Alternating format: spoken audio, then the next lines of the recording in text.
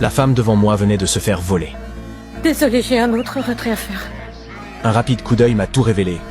Des bleus sur son visage, des coupures sur ses mains. J'ai regardé au loin et repéré une voiture noire garée à proximité. Super, on dirait que j'allais devoir intervenir encore une fois.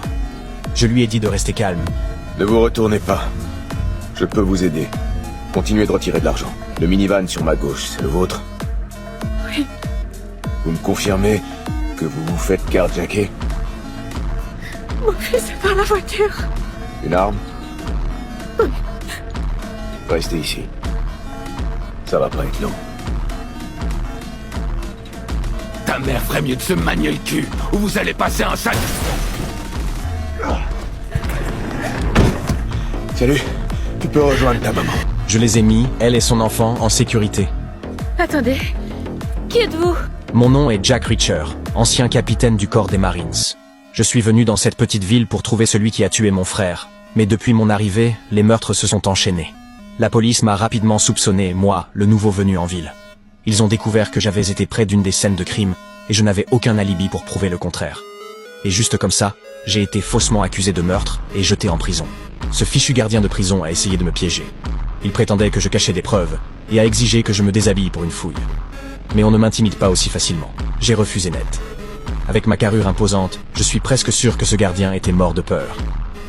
Il n'a pas eu d'autre choix que de ravaler sa fierté, et d'abandonner la partie qu'il avait le plus envie de voir. Mais cet incident m'a fait gagner un ennemi. Le gardien allait chercher des ennuis à la moindre occasion.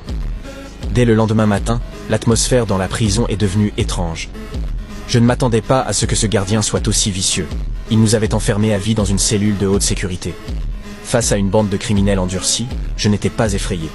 Mais Paul, maigre et pâle, était la cible idéale dans un endroit pareil. Comme prévu, l'un des durs du coin s'est immédiatement intéressé à lui. Paul s'est mis dans un coin, tremblant de peur. L'homme l'a forcé à lui donner ses chaussures. Terrifié, il n'a pas pu dire non. Puis il lui a demandé ses lunettes. Quand Paul n'a pas résisté, le type a impitoyablement écrasé ses lunettes. J'ai vu le regard désespéré de Paul. Et quand l'autre s'est apprêté à faire son prochain geste, je n'ai plus supporté.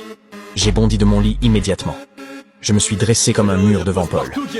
J'allais lui montrer de quoi j'étais capable. Je vais compter jusqu'à 3. Attends, pédale. Tu sais à qui tu parles, là? 1. 2.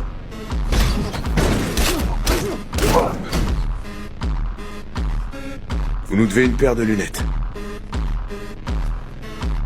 Sortez de ma cellule.